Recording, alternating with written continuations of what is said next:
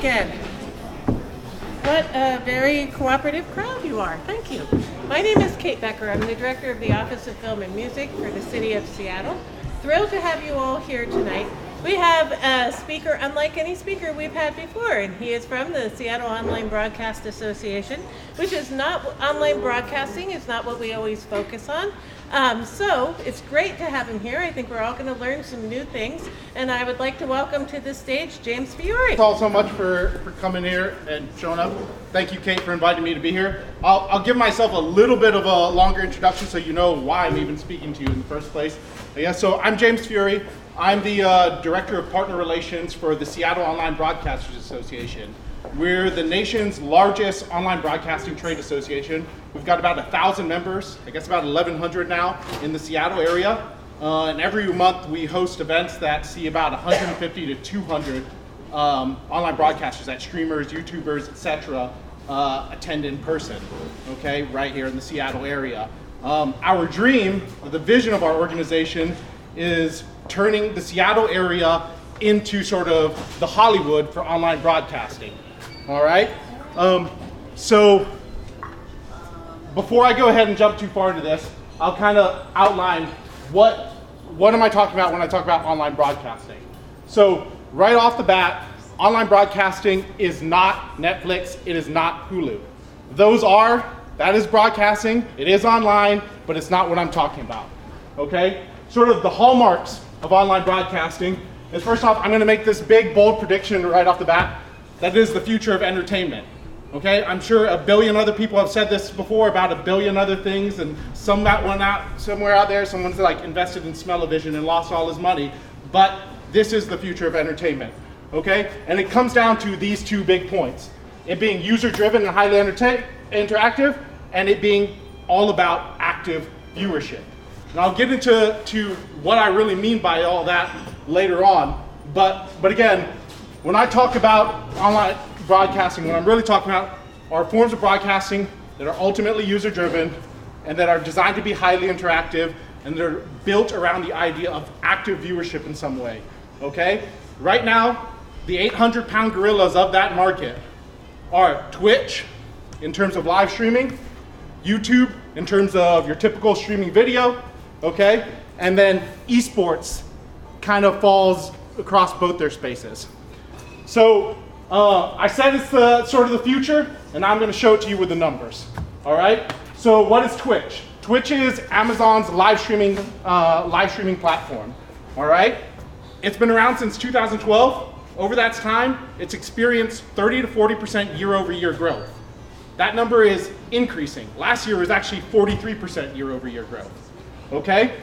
3.5 million unique broadcasters use Twitch every single month. Not viewers, 3.5 million people are going on Twitch and producing content every single month, all right? At any given time, Twitch has an average of 1.3 million unique people watching it.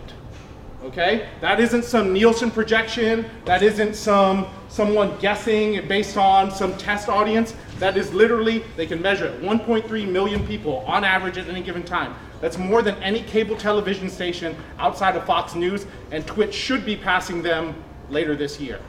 Okay?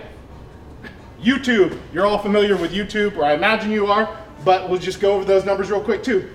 10 to 20% year-over-year growth. It's predicted to slow down to about 5% year-over-year growth, but that's only because of how much their penetration is. At this point, YouTube has 1.3 billion users, okay? And it's got 30 million active daily users. It's ridiculous. eSports, okay? You can, for those who aren't familiar with eSports, you can think of it sort of as competitive video games as spectator sport. Okay, when I mentioned that, and when I first heard of esports many years ago, I remember thinking, like, why would anyone want to watch this? Why would anyone watch people play video games online, or watch someone else play video games?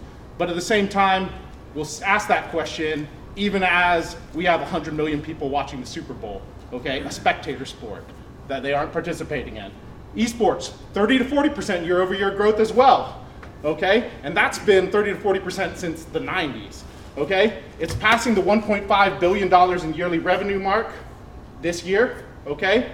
Last year, They set their newest esports record for the largest concurrent viewership of any single esports event, 60 million people watching the same League of Legends event at the same time, okay? To put into reference, Super Bowl gets about 100 million, okay? To put into further reference, okay, this means that esports, the largest esports viewership event in another 5 years or so, will be passing the World Cup finals in terms of viewership. Okay? It will become the largest sporting events by viewership in the world. Okay? So what are the real big differences between online broadcasting and whatever, legacy broadcasting? All right? Biggest one is going to, or not biggest one, but just first one, sort of the expectation or tolerance for low production value. Doubtless, a lot of you have gone ahead and watched YouTube at some point. You've seen a video that has 50 million views, was made by someone with a handy cam, and there's wind blowing in the mic, and you go, how come this person is a multimillionaire? Okay? Well, in the end, online broadcasting, more than ever before, content is king. Okay? The other big thing is we're talking about small budget personal enterprise. Okay? The largest broadcaster on all of Twitch is this fellow by the name of Ninja. Okay, he makes about $500,000 a month. All right, his entire crew is him and his wife.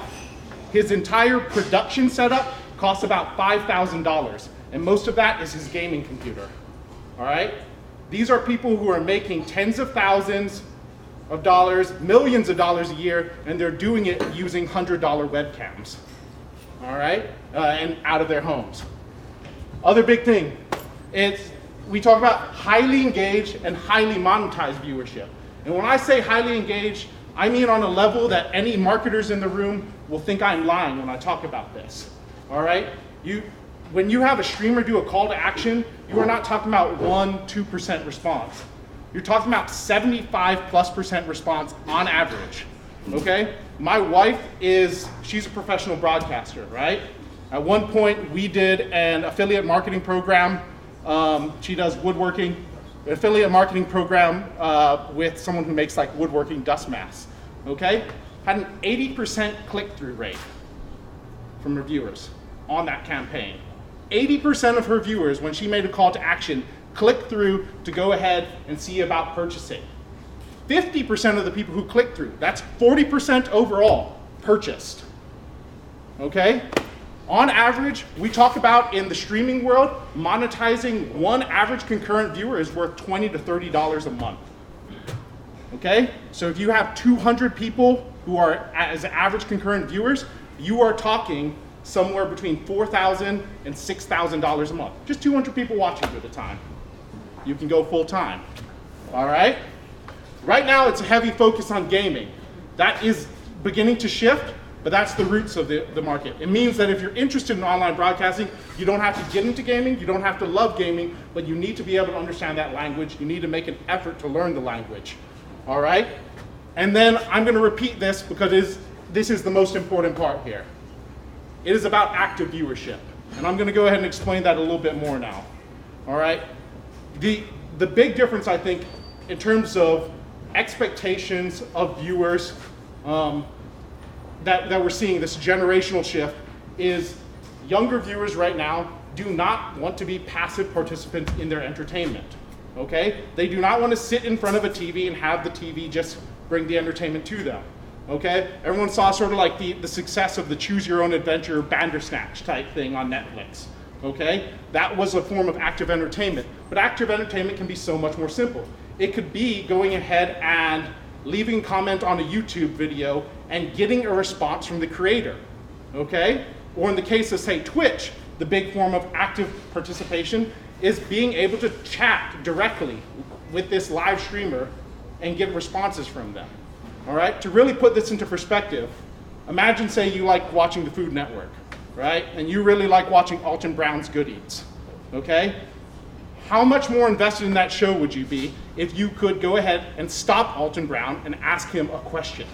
Have a personal conversation with the man, okay? How much more invested would you be in, say, watching a football game if you could talk to Pete Carroll, okay?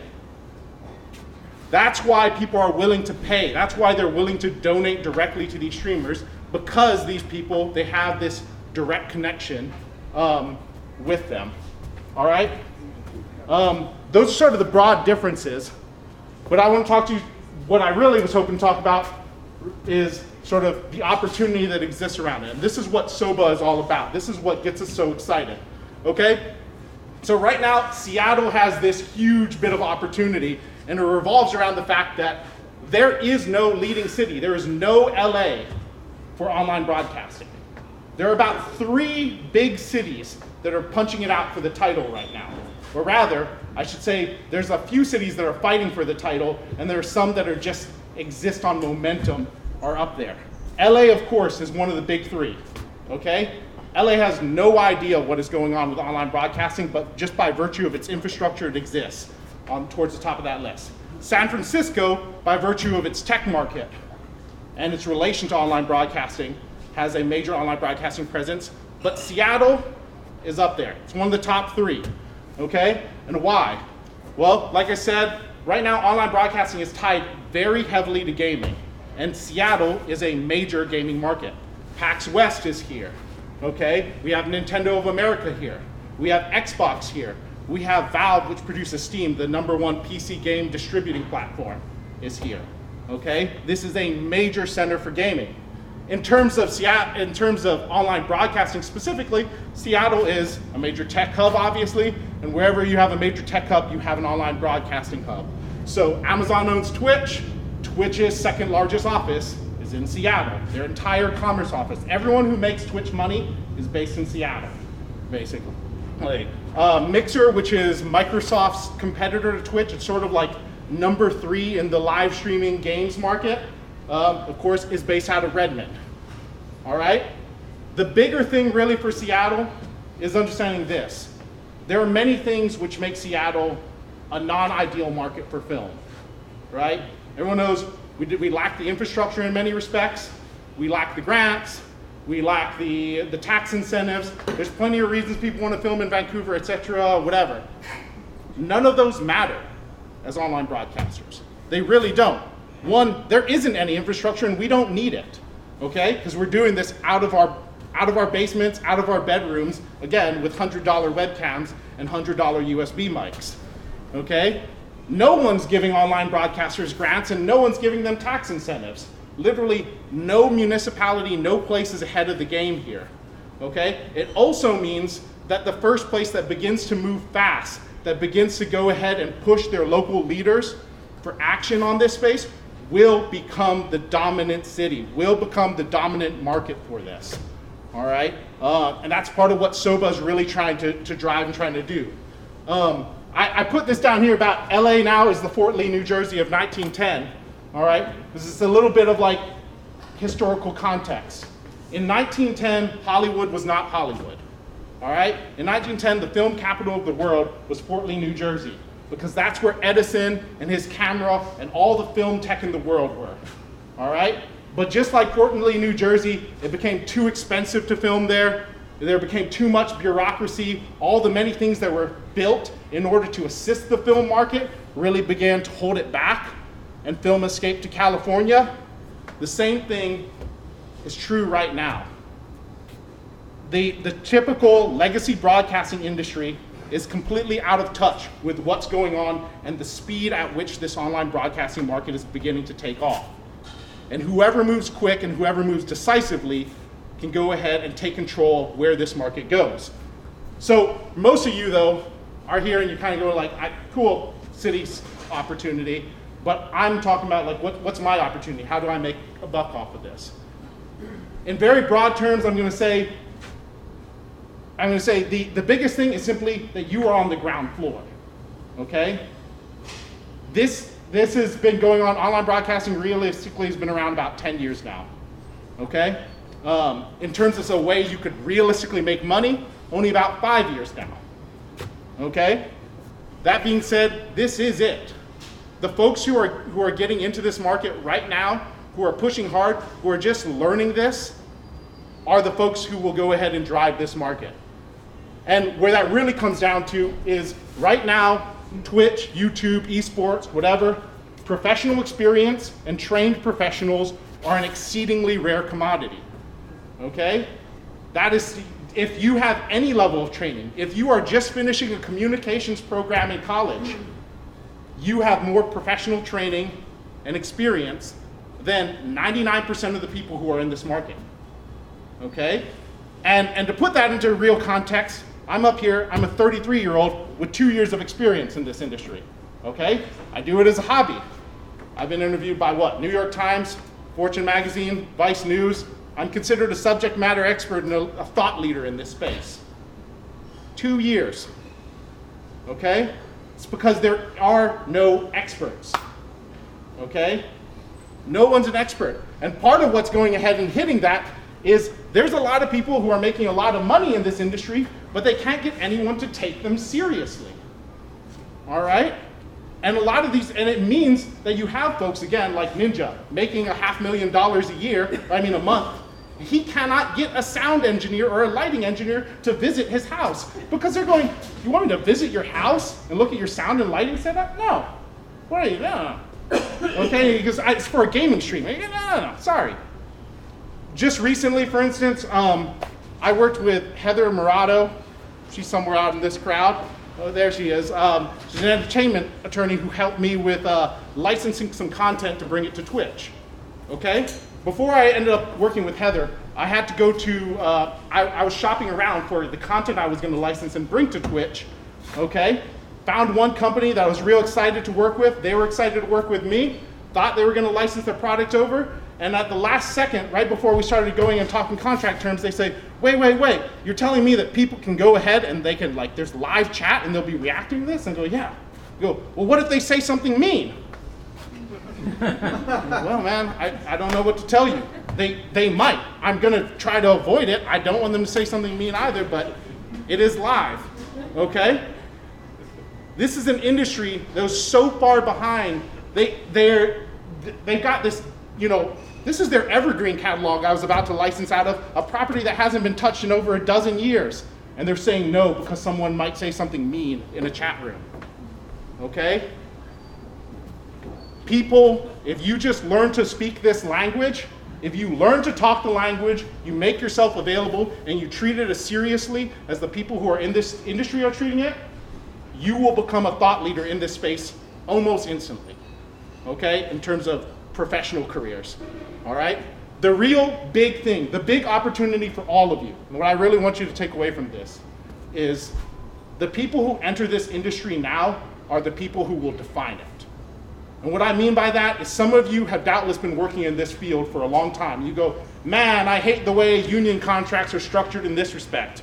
Man, I hate the way casting couches happen. Man, I hate the way this happens, so on and so forth. I wish creative directors had this role, etc., etc. None of those rules have been set in the world of online broadcasting. Whoever enters this, whoever moves quick, again, and decisively, will be the people who define this industry. Okay? I think I've probably gone over time, but I want to go ahead and give you some ways to sort of find out more about this. First off, you can go ahead and visit our website, seattleoba.org. There's not much there, but if you go there, there's links to our meetup. You can RSVP. We have a meetup we hold that about 150 people attend, second Saturday of each month.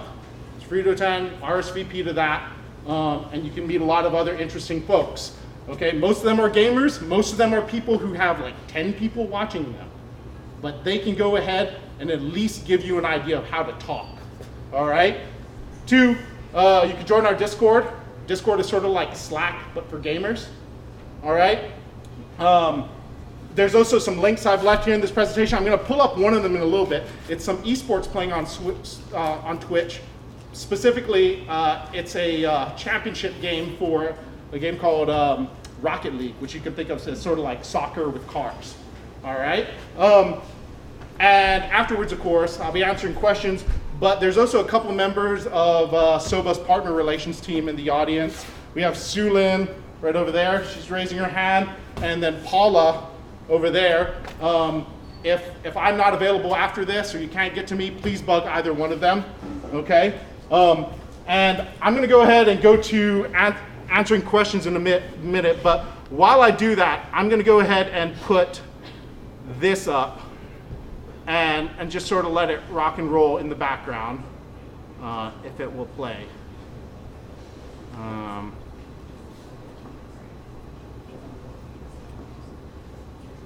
There we go. Yeah, so this is them, a bunch of eSports athletes preparing to play this sort of car soccer. You can see over there is the live chat. This is what Twitch looks like, all right?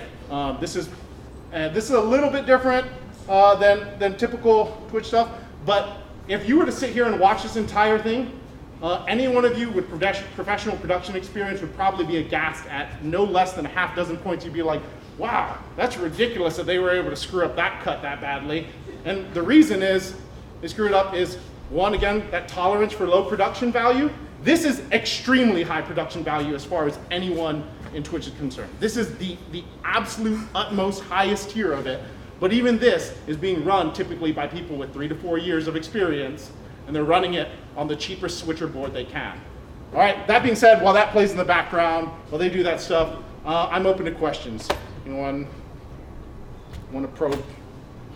Do you think that Seattle, do you think we're amenable to industries outside of gaming and kind of tech culture type things? Yeah. In terms of how we can build momentum and build a culture, like I do a fashion art and culture magazine that I would love to exercise this in, and I can't even imagine getting momentum support in this town. What I'll say is there is already a tremendous amount of support. Again, like I said, we've got 1,000+ members in it. A lot of people I think who are outside this space don't realize what already exists for it. What I will say is I think online broadcasting is in many ways the perfect solution to the city's sort of like culture war problem. Seattle is a city that's kind of torn between tech on the one hand and it's sort of like arts and culture background on the other. And I sort of see online broadcasting as the perfect fusion of the two. It's on the one hand something that is very deeply rooted in tech and inherently rooted in it, but on the other hand, like I said, it is also the bleeding edge of culture. All right, you have folks doing really remarkable stuff. On the weekends, for instance, I work with this studio based out in Chicago, and they're basically, it's a 20-person studio doing sort of like a Jim Henson's Muppet style show on Twitch, except it's all powered by sort of a choose your own extension option on Twitch. So like viewers literally vote live by clicking on their screen about what they want, like, not Miss Piggy, but their equivalents of it and such to do at any given moment. You know, they're like, do you want us to go to the moon or do you want us to blast off in the space shuttle? Okay, these are the kind of things that I think we're going to begin seeing more and more of. And online broadcasting, again, makes for that perfect blend of tech and the world of arts and culture, at least in my opinion. Does that answer your question? Yeah, I don't know anything about it. I don't understand it at all. So, I'm happy to chat. What you're saying, and I'm loving everything you're saying, and I'm just trying to get an idea of how that looks. I'm here in gaming, and I know the city for a decade now, and so I'm just trying to see how what I want to bring to the table. How would I utilize that platform? I'm not sure if I what I'd say is, again, gaming is sort of where the status quo of online broadcasting. Increasingly, though, I think online broadcasting is becoming just a general entertainment platform, or definitely is. Again, like my wife, she's a professional broadcaster. She does like a children's show. Okay. One of the links I also included as well there was literally another guy who's a professional. He's a professional online broadcaster, professional streamer, and all he does is he plays the piano. He just hops on there and plays requests and riffs.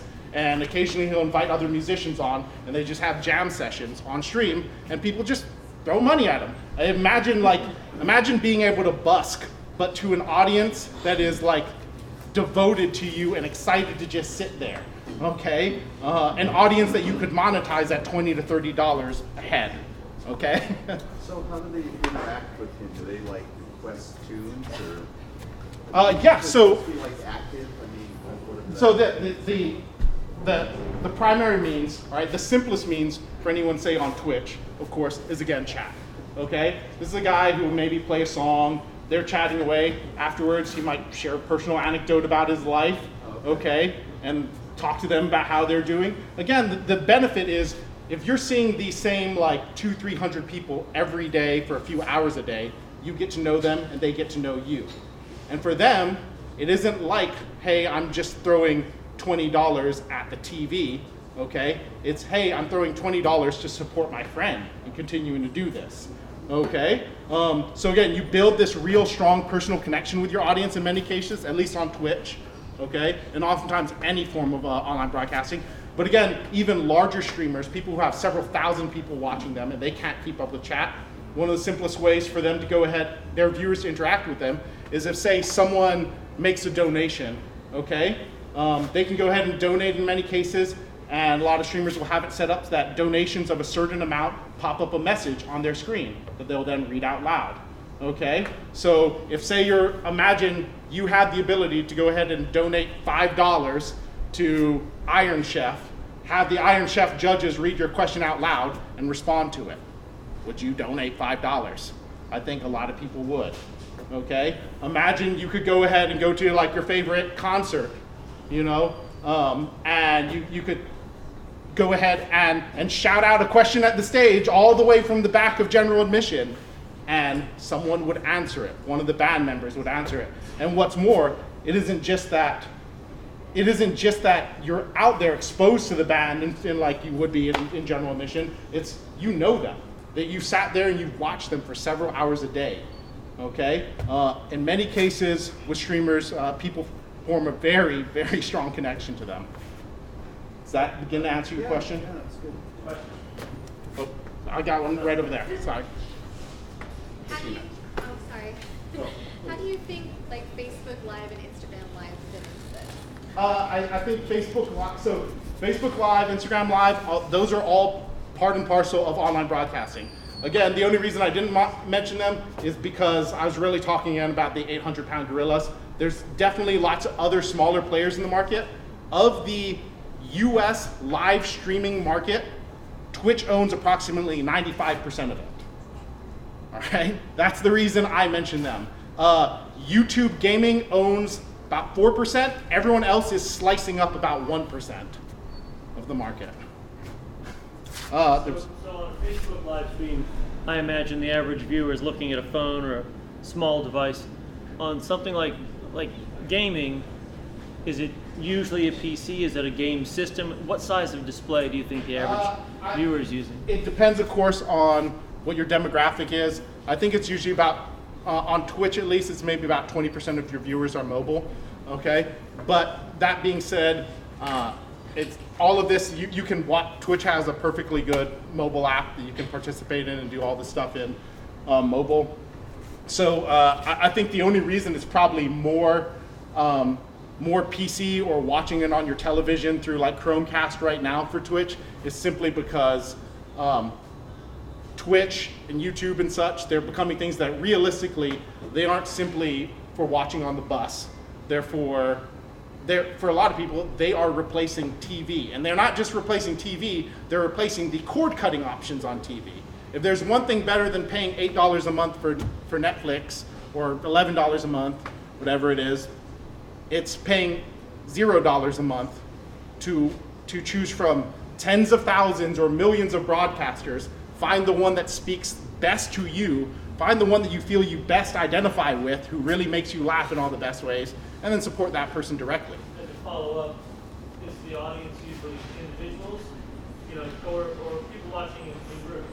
It's typically individuals right now. That's, in fact, when I say it's 1.3 million average concurrent viewers, it's probably like 1.35 if we calculate for some of those are people watching in groups. But realistically, again, because most of the market is still gaming, you still have most of the market is also younger men right now, okay? But again, that's growing and growing at a pretty rapid rate. Right back there, sorry, saw your hand. Besides production, like getting involved with production or creating content, like what other opportunities do you see here in this industry? Literally, like, if you are tangential to anything, film, music, any kind of broadcast in any way, like if you are in communications in any respect, journalism, what have you, there is an in. Like I said, all these folks there's this massive industry, of course, that supports what we call legacy broadcasting, right? And it supports it in all these different ways that tie in. There's attorneys, right, that do special work for it. There's folks who aren't just sound and light people, of course. You just have people who are like account managers for it as well. In the same way, there are account managers for Twitch and YouTube, etc. Okay? The point is that entire same industry that exists around film, all right, that exists around traditional entertainment, film and television, I should say, okay, needs to exist around online broadcasting. And in many cases, there is already a massive demand for it, but there's no one with professional experience there to take it.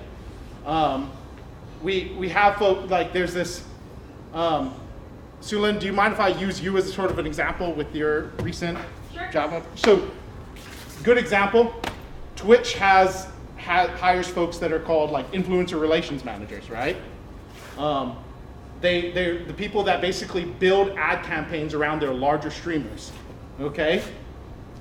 This is an entirely new job. There's no one who's done this before, okay? The closest to it are folks like, I guess, like account managers in like traditional advertising and sales and such.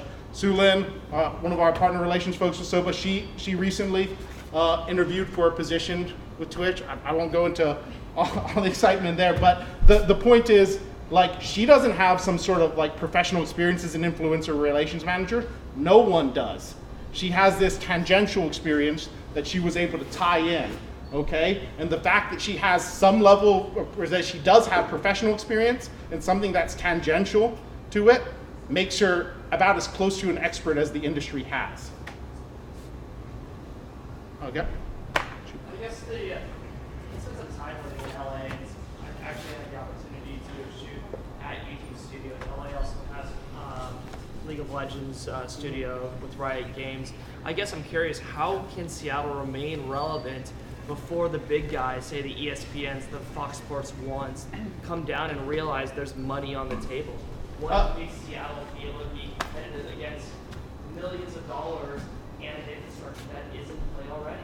It's a fantastic question. The biggest thing, one, is right now this is an industry that is, like I said, the people that are in it are the ones who are determining the scope and what this industry is about.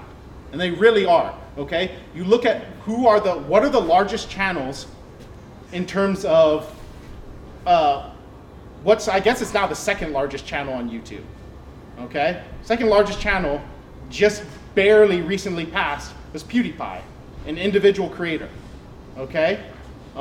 Largest channel on all of Twitch is an individual creator, okay? There are definitely people who are coming in and throwing gobs of money at this. And I see it all the time. We have folks who show up to SOBA every single month to our meetups, show up and say, hey, I've got this massive studio, I want to do all this stuff, I'm ready to throw gobs of money at it. But in the end, gobs of money are great for driving up your production value, okay? But when someone wants something that is less content driven and more personality driven, then having the strong personalities who've got in early is what will determines who the market leaders and the industry leaders are, okay? Folks are coming in all the time. Just recently we had a studio set up here in Seattle, north of the city, okay? This guy's trying to do basically a professional cooking show on Twitch, all right? His problem, of course, is he just cannot buy his way to being viral, okay? It's just, he's going ahead and throwing tens of thousands of dollars at the wall, but the problem, of course, is he's competing against someone who's putting $500 into it, total investment, and that person, just by virtue of having the right personality, resonating with their audience the best, is able to go ahead and beat that out. I do think that we are entering the space where increasingly that kind of money and there's sort of a war of production values happening. We will sort of see the ESPN, the MTVs, etc. move into this space in time. But what it is if they move into this space in, say, another 5 years, they're too late. They're already too late. Right now, they're close to being too late. But beyond that, the number one drivers in this industry are not these large television channels, for instance. If ESPN wants to set up a channel on, or I guess you can go on to Twitch right now, and there are a few places like Shout Factory. They're a large licensor. They've bought out some incredibly well-produced, awesome shows. They threw them on Twitch. They've got all these fantastic old shows that you would think would do very well. They get about 20 viewers. Okay? Throwing millions of dollars at the wall. Again, it's people who come in, they still don't speak the language, they aren't making an effort to learn, and they think that you can just take what they have, the existing sort of content they have that's designed without being user-driven, it being highly interactive, and just think, let's throw that out there, put it directly on this platform and see if it'll work. And it doesn't. It takes a kind of unique blend of content, I think. But that being said, you may be right, and maybe in 3 years I'll be eating my words. One thing you were saying about the competition for Twitch, or that Twitch provides. Netflix said their biggest competition isn't HBO or Hulu, it's Twitch. Yeah, well, you see Netflix, of course, is making some pretty big strides towards making more user interactive content. Again, Bandersnatch is kind of their big marquee title right now, and that's because, again, it is user-driven, highly interactive, an active form of entertainment. I think we're going to begin seeing more and more of that. You already begin to see it in sort of faux forms.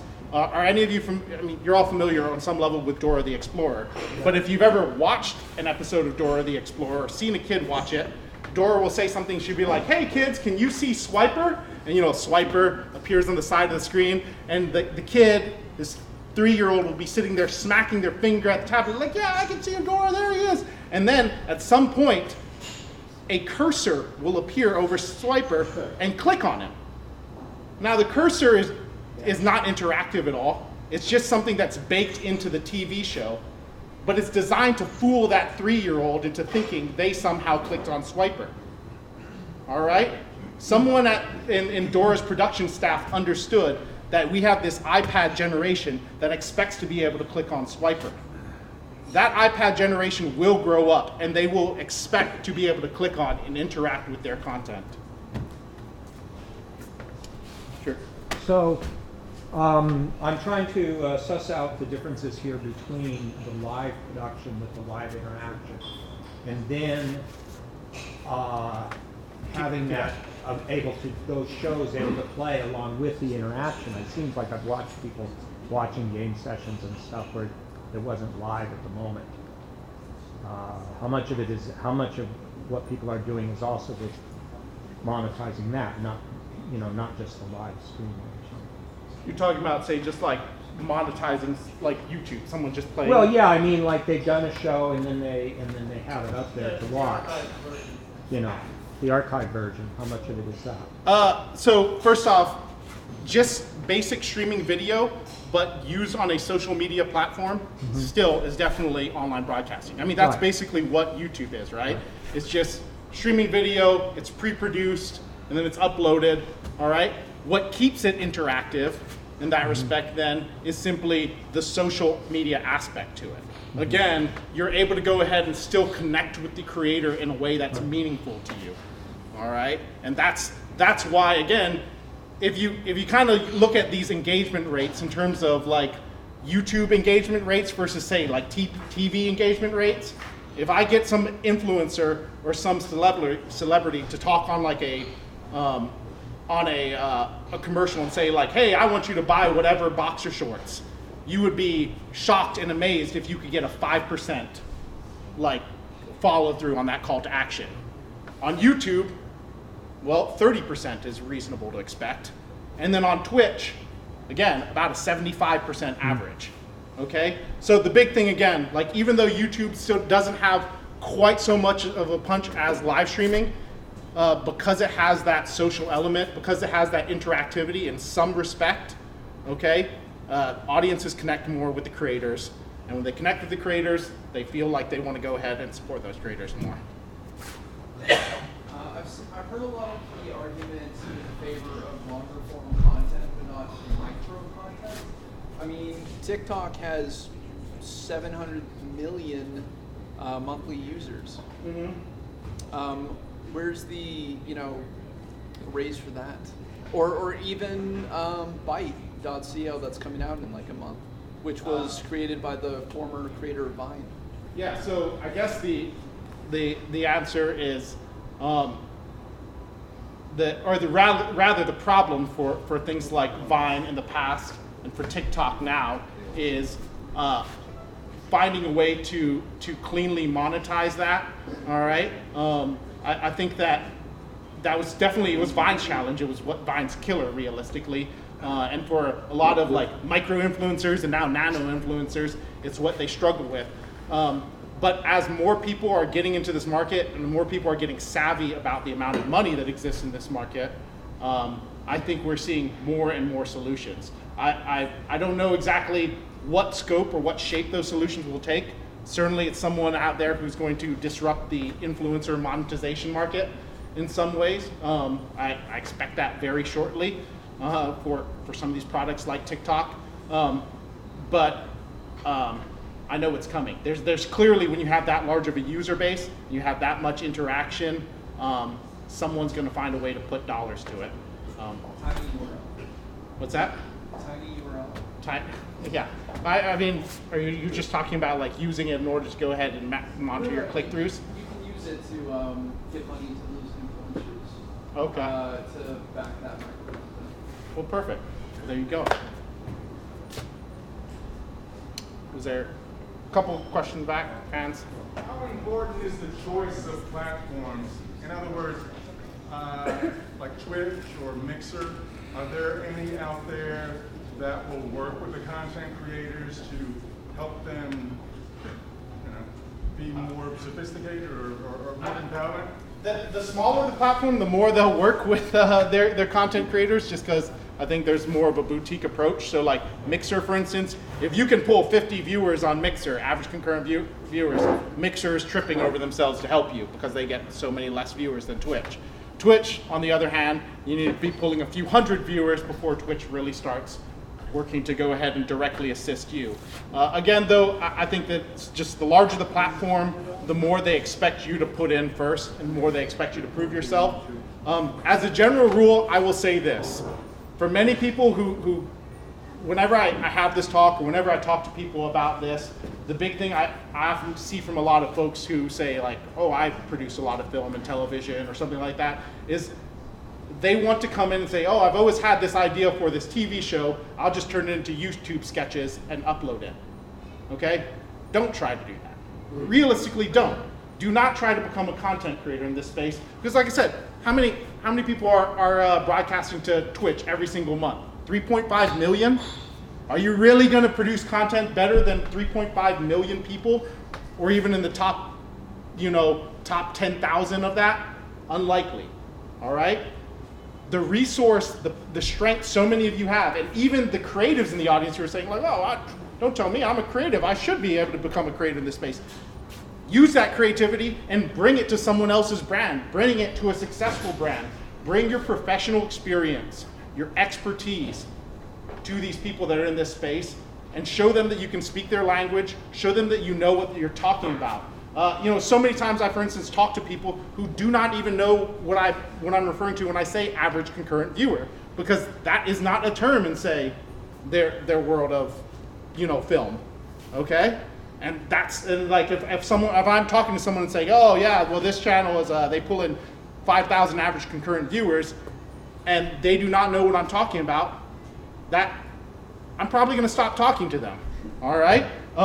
If I call up, say, for instance, when I called up Heather, one of the reasons I ended up working with you, Heather, is because you knew what Twitch was, versus so many other attorneys.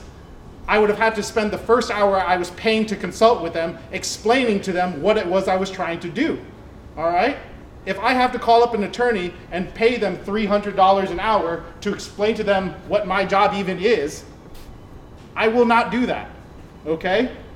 So many of you have the opportunity to enter this space and simply throw around the weight of your experience. That is a valuable, valuable commodity that we're desperately short on. Yeah, I'm not sure I understand the distinction between becoming a broadcaster yourself, you know, like you have something that you do and you create it, you're the creator, versus what you seem to be talking about now is somehow latching on to someone who's already established as a broadcaster. Explain to me what you're talking about. Yeah, absolutely. So one, I would say there are definitely a lot of, say, studios that are setting up in the space. For instance, like in eSports, all right? Watching a little bit ago, this eSports broadcast, I don't know if we got to it, and maybe it's because sound wasn't even on, but I guarantee you could go ahead and watch any, say, professional eSports production, something going out to 50 million people, and within the first 30 minutes, sound would cut out at least once.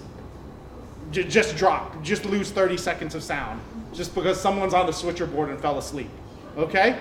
That just happens. It is just it's so standard. There is this serious lack of folks who, if your expertise and your experience, for instance, is in broadcast production, and you go, well, you just told me don't produce my own content. Who do I go to?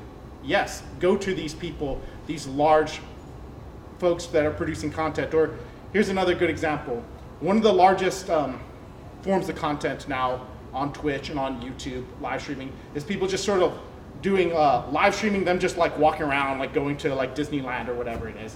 And they're out there, and it started off with folks literally just using their cell phones, sort of like Facebook Live, all right? And in some cases, these people are having tens of thousands of people watching them, making $1 million+ a month, all right?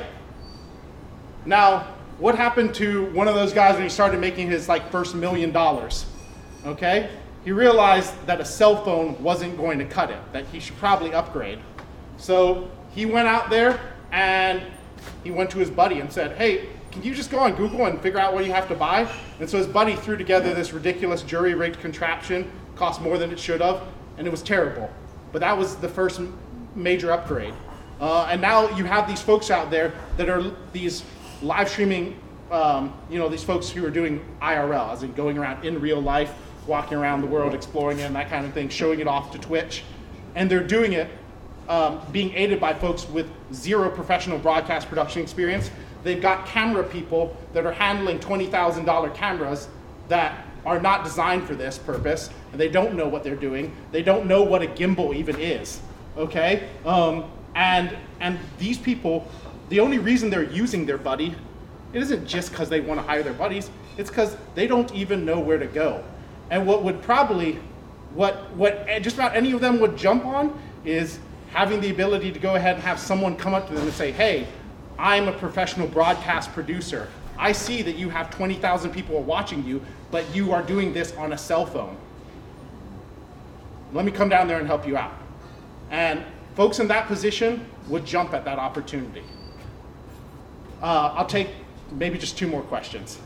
I don't know. The brutal reality to me seems, and yet you are also speaking from experience, but my experience has been with these folks, is that they may need help, but they're not looking for it from old people and experienced people, and they don't want to pay for it. If anything, they want you to come visit your house to show them how to fix their lighting and everything, but do it for free. So I hear you, but a lot of us may have had these experiences. I mean, I've set up multi-camera live switch streaming shoots where we're able to put these kind of cameras, everything in our backpacks, and go on the bus and do the shoot. I know what small scale and doing it right is all about, but my experience is that these 21 or 28-year-olds, whichever, don't want to. Yeah, I will say that if you're working with someone small, you're probably going to go ahead and get, in many cases, an amateur attitude out of it. But I mean, I love helping people. There are literally, at this point, there are hundreds of thousands of folks who are making serious money at this point on things like YouTube, on things like Twitch, okay? Enough money where they can afford and are interested in getting this kind of assistance.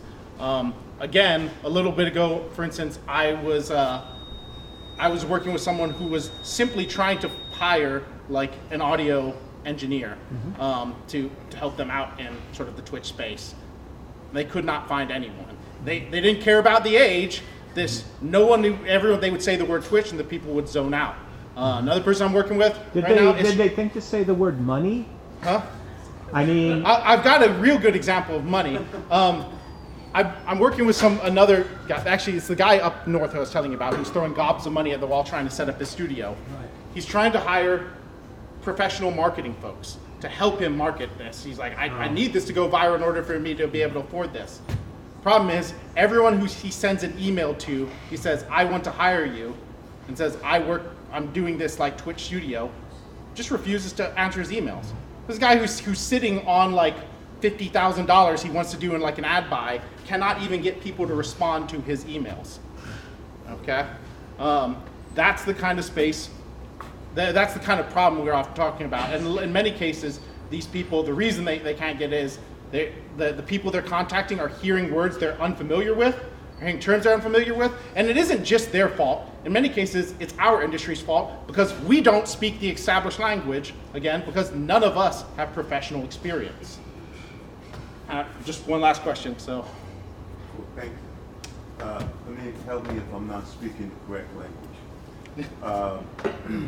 How effective are the larger platforms and maybe the boutique platforms at helping you if you want to define a specific geographic area that you're concerned about, whether you're impacting or how you're impacting, like you say Seattle as an example.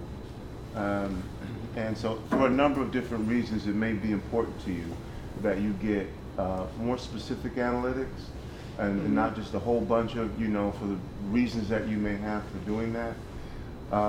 Maybe you can just talk a little bit about how you could potentially super serve a geographic area or know if you're doing that to accomplish the particular goal that you want, if that's important to you. Can you do that with the big platforms or the boutique platforms, especially if you're talking about 20, makes a difference to a smaller platform. If there are 20 people in Bulgaria, that may be different for you. You know what I'm saying? Understood. So what I'll say is this, just about analytics is a problem that a lot of these platforms have in terms of, it isn't that they lack the analytics, it's what they're willing to give of their analytics to the broadcasters. I think that's a problem that the industry in terms of the broadcasters need to start pushing a little bit more for. In terms of live streaming sites like Twitch, Mixer, YouTube gaming and such, they have generally very poor options for geo-restricting or for targeting viewers. That being said, things like YouTube specifically and a lot of these platforms that are built for pre-produced content, okay, and then just streaming that out to people on a social media platform. Again, YouTube's a good example. They do allow for a fair amount of targeting, especially in terms of if you're interested in doing ad buys to drive people to your channel. I know that, again, YouTube is exceptionally good because they're built on sort of the Google Ads model at targeting people on geographic areas or by demographics. If you want to go ahead and target ads at them in order to help bring them into whatever it is, your channel or your brand. If you're looking to go ahead though and sort of geo restrict or very tightly restrict your demographic, your content, particularly, I think that there aren't really, I don't think there's any site that's really made for doing that, saying I just want to shut this off to. No, not shutting it off to, but being able to define. To really target. And or at least have an idea, if you're meeting a specific, for whatever reason, area that you want to meet, as just opposed to an overall large number, that could be anyone, anywhere. I think that you can get just about all the platforms will provide you with generally pretty decent age, gender demographics, and will tell you where a lot of your viewership is coming in from. But again, I will say that analytics, at least in terms of what is provided to viewers, is often fairly weak, especially on live streaming sites. Again, though, if you're looking to go ahead and get more in-depth analytics, YouTube really does have some pretty good, robust stuff, simply because it's built on Google and their analytics model. So is there thought into how to maybe create a system that allows, you know, for more specifics, like you would want, you know, if you were a broadcaster on another platform? absolutely, yes. I'll talk to you about it after this and go a little bit more depth. Something that's sort of semi-NDA-ish, okay? But I'm happy to talk to you about it afterwards in private. Rock and roll. Thank you all so much.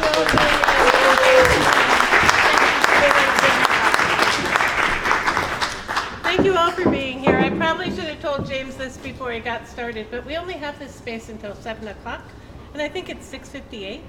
So I hate to rush you all out of here, but KXP graciously gives us this space. Seattle Film Institute is here with us filming this. So thank you to our partners. Thank you all for being here. We're here at Seattle Center, either here at the Vera Project or SIP, the last Wednesday of every month, and you are all invited. So thank you for being here.